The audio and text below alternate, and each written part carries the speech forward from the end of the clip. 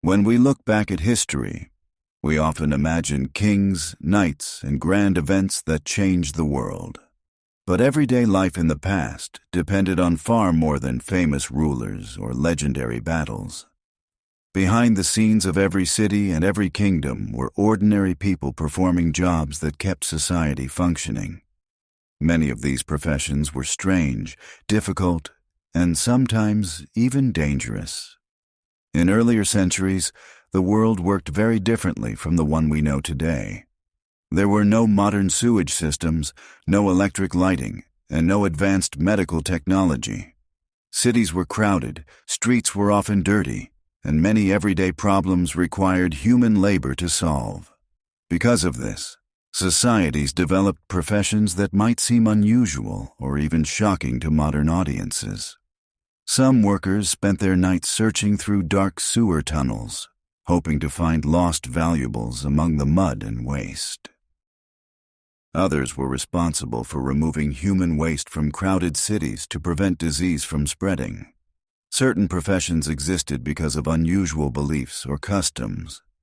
Some people were hired to express grief at funerals, while others worked inside royal palaces, protecting rulers from the constant fear of poison. There were also workers who gathered strange materials from the streets, or individuals who secretly dug up graves in the middle of the night to supply medical schools with bodies for scientific study.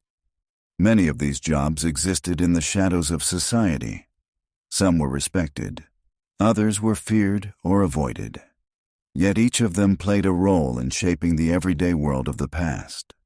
Without these workers, cities would have struggled to survive, industries would have stopped functioning, and medical knowledge might have developed far more slowly. In this video, we will explore even more unusual professions from history, jobs that existed in dark alleys, royal courts, graveyards, and hidden places most people never saw. Some of them may sound unbelievable today, but for the people who lived centuries ago, they were simply part of everyday life. In the crowded cities of the 19th century, opportunity could sometimes be found in the most unexpected places. One of the strangest professions to appear in London was the work of the tosher. Toshers searched the city's sewers for valuable objects that had fallen through street drains. Coins, jewelry, and small pieces of metal sometimes slipped through the cracks of the busy streets above. Over time, these objects accumulated in the tunnels below the city. Toshers climbed down into the sewer system carrying lanterns and long poles. They carefully moved through the dark tunnels, searching through mud, waste, and water. The work was extremely dangerous. Toxic gases could build up inside the tunnels, sometimes causing sudden illness or even death.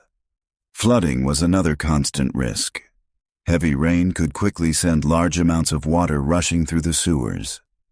Despite these dangers, some people managed to make a living from this unusual work. The sewer system of London was vast, and the possibility of finding lost valuables attracted those willing to take the risk. Although the profession eventually disappeared as sanitation systems improved, the story of the toshers shows how people throughout history have searched for opportunity in even the most unlikely places. Life in medieval towns created a constant and unpleasant problem: waste. Without modern plumbing systems, toilets inside homes were extremely simple. Most houses used small wooden structures called privies.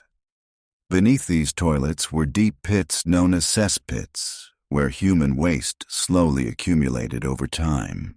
As more people moved into growing towns and cities, these pits filled quickly.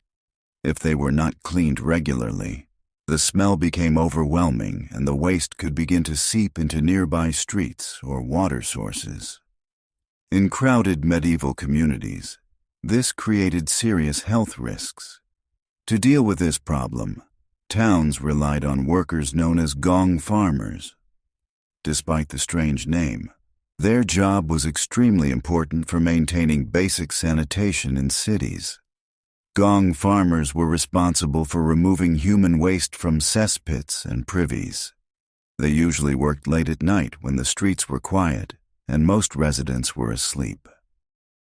This helped reduce the embarrassment and unpleasantness of the work. Using shovels and buckets, the workers climbed down into cesspits and carefully dug out the accumulated waste. The material was then loaded into wooden barrels or carts. Once the carts were full, they were transported outside the city walls where the waste could be safely disposed of or sometimes used as fertilizer for farming. The job was dirty, exhausting, and often dangerous. The air inside cesspits could contain toxic gases that caused dizziness or suffocation. Workers had to be careful not to breathe too deeply while working in such confined spaces. There was also the constant risk of slipping into the pit itself. Falling into a cesspit could be deadly. Because of the unpleasant nature of the job, gong farmers were often paid relatively well compared to other laborers. In some towns, special laws even regulated how and when they were allowed to perform their work. Despite the importance of their role, these workers were rarely respected by society. Many people preferred to avoid them entirely because of the association with waste and foul smells. Yet without gong farmers, medieval towns would quickly have become unlivable. Their work helped prevent waste from overflowing into the streets and reduced some of the health dangers that came with crowded urban life. Although modern plumbing systems have made such work unnecessary today, gong farmers once played a vital role in keeping cities functioning. Their strange and unpleasant profession is another reminder that behind the scenes of history were many workers performing difficult tasks that allowed entire communities to survive. In many cultures throughout history, funerals were not only moments of grief, but also important social rituals. These ceremonies allowed families and communities to express respect for the deceased and honor their memory. In some places, this expression of grief became an entire profession. Certain individuals worked as professional mourners. Their job was to attend funerals and publicly display sorrow for the person who had died. These mourners cried loudly, sang traditional laments, and performed dramatic gestures that symbolized mourning. The presence of professional mourners served an important purpose. In many societies, the scale and intensity of a funeral reflected the social status of the deceased.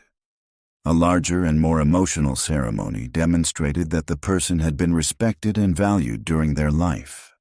Families sometimes hired several mourners to ensure that the funeral appeared solemn and dignified.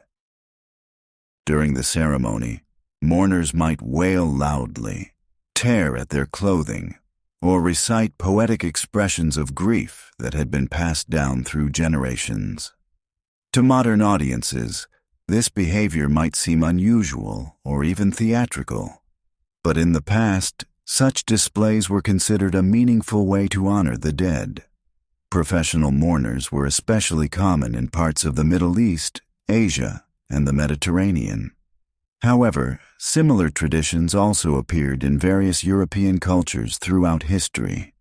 For many of these mourners, the work required a unique ability to perform grief convincingly and respectfully. Some even became known in their communities for their powerful voices and emotional performances.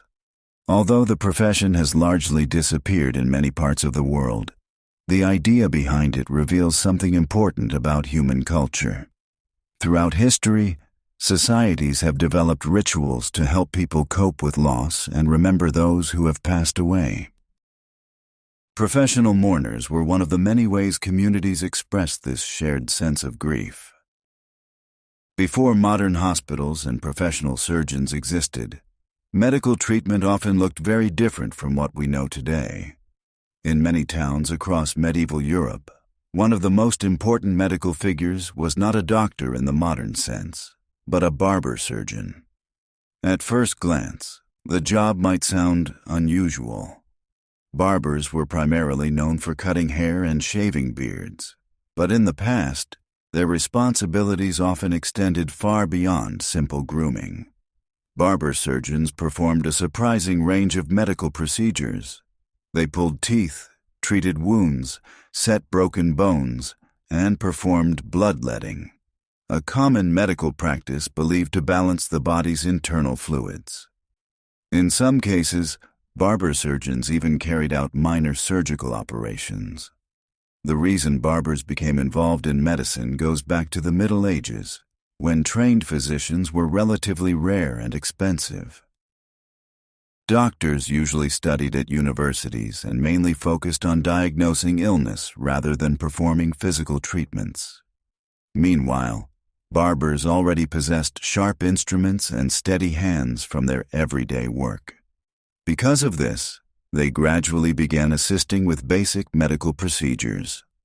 Over time, barber surgeons became an important part of everyday health care, especially for ordinary people who could not afford a university-trained physician. Their shops often served as small medical centers where people could seek help for injuries or painful conditions. One of the most recognizable symbols of this profession still exists today: the barber pole. The familiar red and white spiral design is believed to represent blood and bandages used during bloodletting procedures. Although barber surgeons provided valuable services, their methods were often limited by the medical knowledge of the time. Painful treatments and risky procedures were common, and true surgical safety would not develop until centuries later. Eventually, as medicine advanced and professional surgery became more specialized, the roles of barbers and surgeons separated into different professions. Yet for many generations, barber surgeons played a crucial role in providing medical care to communities across Europe. Their unusual combination of grooming and medicine is another reminder of how differently society once approached the challenges of health and survival. Life inside royal courts was often filled with luxury and power, but it also carried serious dangers. For kings, queens, and powerful nobles, one of the greatest threats came from a silent and invisible source: poison. Throughout history, political rivals sometimes attempted to eliminate their enemies by secretly contaminating their food or drink.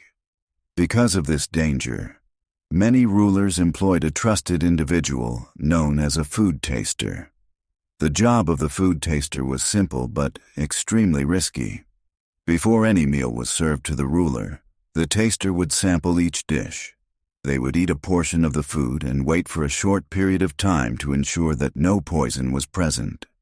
Only after the food was considered safe would the king or noble begin their meal. This role required a great deal of trust.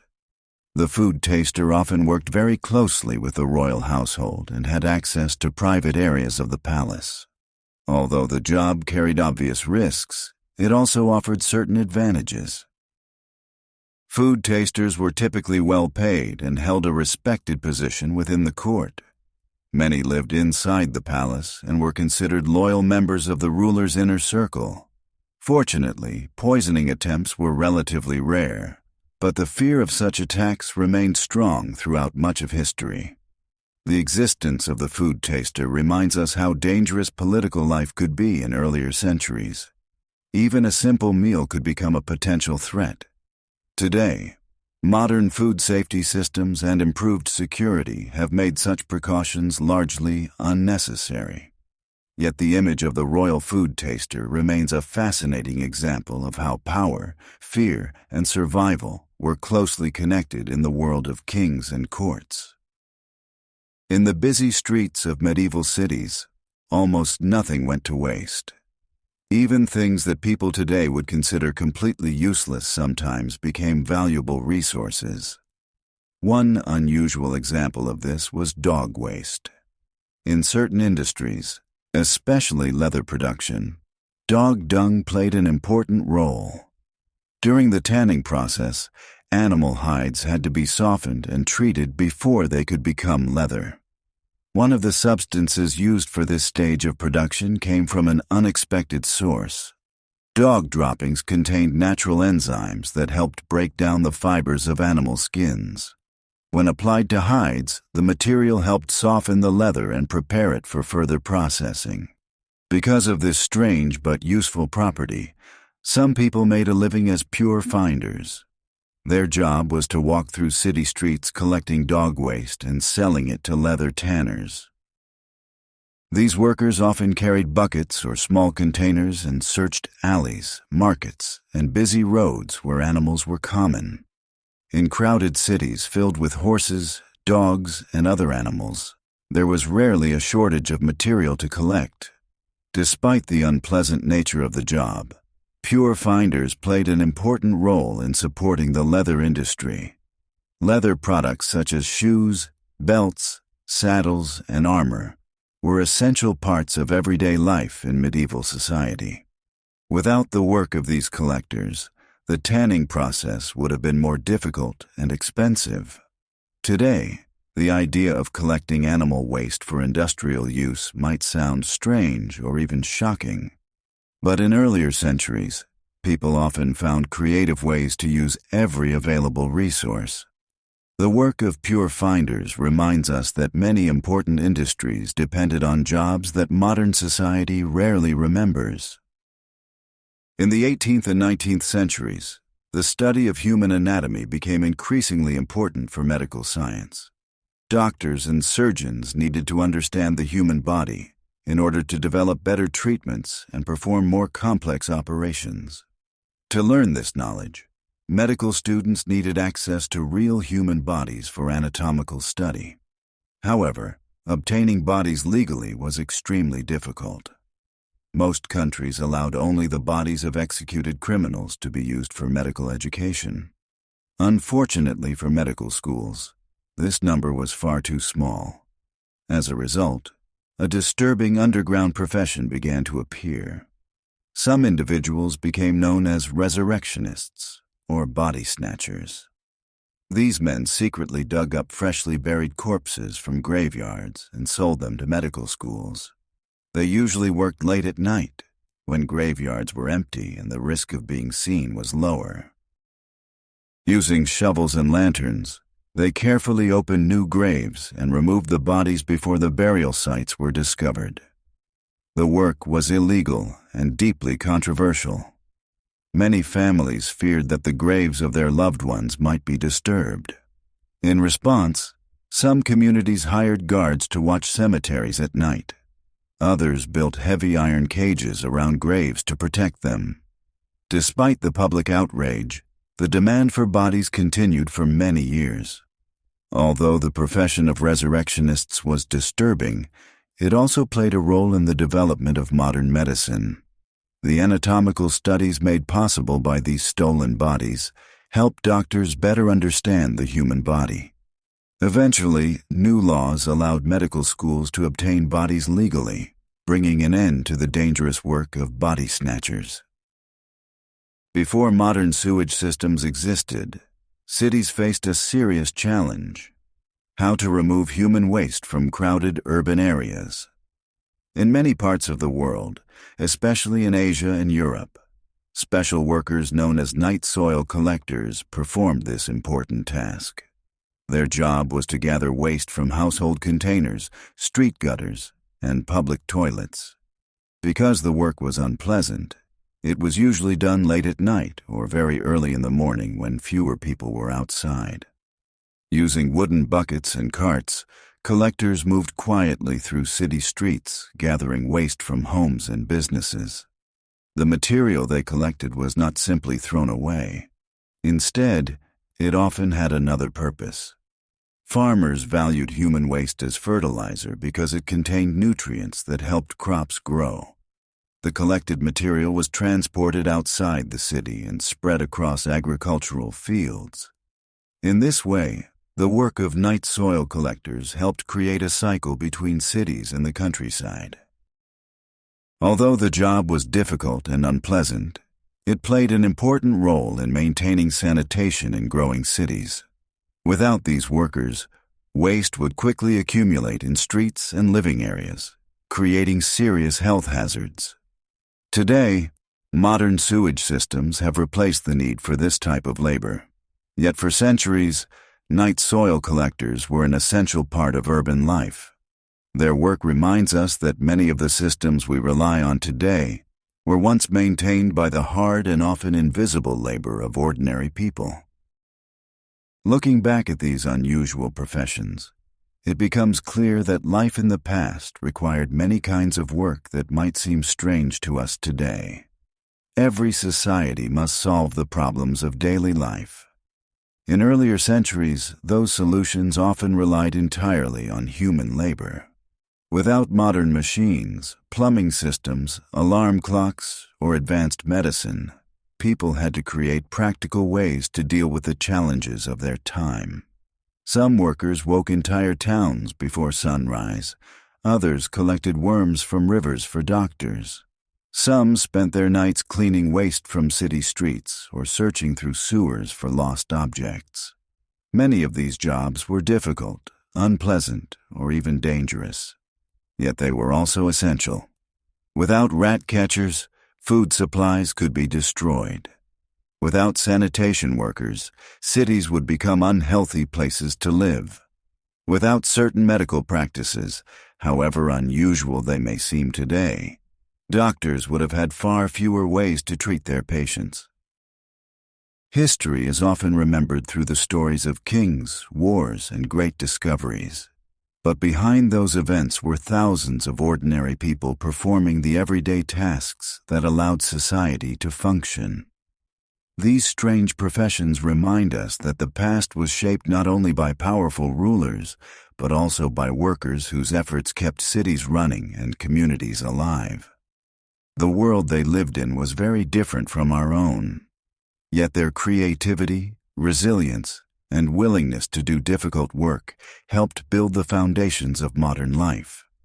And sometimes, the most fascinating stories in history come not from famous heroes, but from the strange and unexpected jobs that once filled the streets of the past.